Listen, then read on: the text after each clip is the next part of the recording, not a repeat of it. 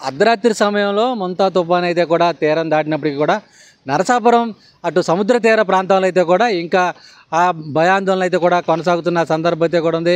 ఇప్పటికే తుఫాను ఈ ప్రాంతంలోనే తీరం దాటడంతో అటు గంటకి దాదాపు 90 కిలోమీటర్ల వేగంతో కూడా గాలులు వీచాయని చెప్పి అధికారులు చెబుతున్నారు. ఈ నేపథ్యంలోనే అటు విద్యుత్ స్తంభాలు వృక్షాలన్నీ కూడా కూలిపోయిన పరిస్థితులు అయితే కూడా మనం విజువల్స్ కూడా స్పష్టంగా చూడొచ్చు.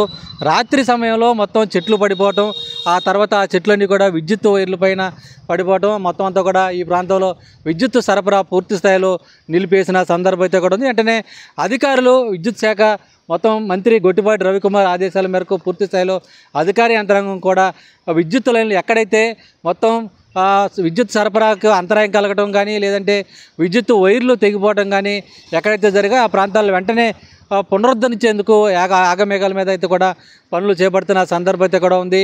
నరసాపురం నియోజకవర్గంలో ఎక్కువగా దాదాపు 90% ప్రాంతాల్లో మొత్తం రాత్రి నుంచి కూడా విద్యుత్ సరఫరా అయితే కూడా నిలిచిపోయిన సందర్భం అయితే కూడా ఉంది. ఈదురుగాలులకే చెట్లన్నీ కూడా కూలిపోవడం, అలాగే విద్యుత్ స్తంభాల మీద విద్యుత్ వైర్ల మీద పడిన నేపథ్యంలో మొత్తం ఈ అంతరాయాలు కలిగినట్లు కూడా అధికారులు గుర్తించడం జరిగింది.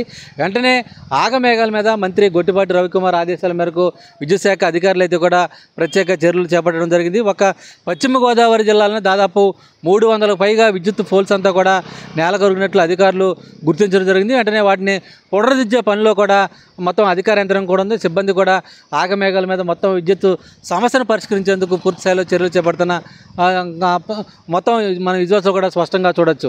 అంటే మొత్తానికి అటు మొంతా తుఫాను మొత్తం దాదాపు ఈ ప్రాంతంలో దాదాపు 90 నుంచి 100 కిలోమీటర్ల వేగంగా గాలులు రావడం, ఆ తర్వాత భారీ వర్షం వచ్చిన నేపథ్యంలో ఈ ప్రాంతం అంతా కూడా కొంత భయానకర పరిస్థితులు కూడా నెలకొని ఉన్నాయి.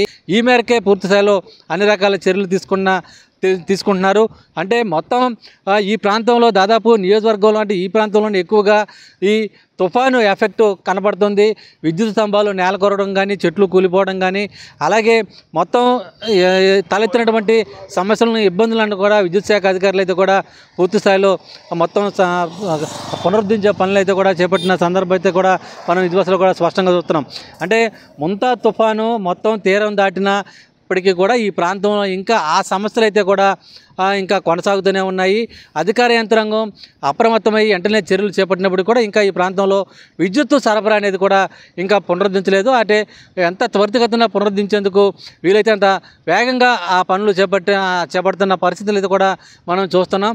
మొత్తానికి మొంతా తుఫాను ఎఫెక్ట్ అటు విద్యుత్ శాఖ అధికారులపైన కూడా ఎక్కువగా ఉంది. వారికి కూడా తీవ్ర నష్టాన్ని మిగిల్చిందని కూడా చెప్పుకోవచ్చు.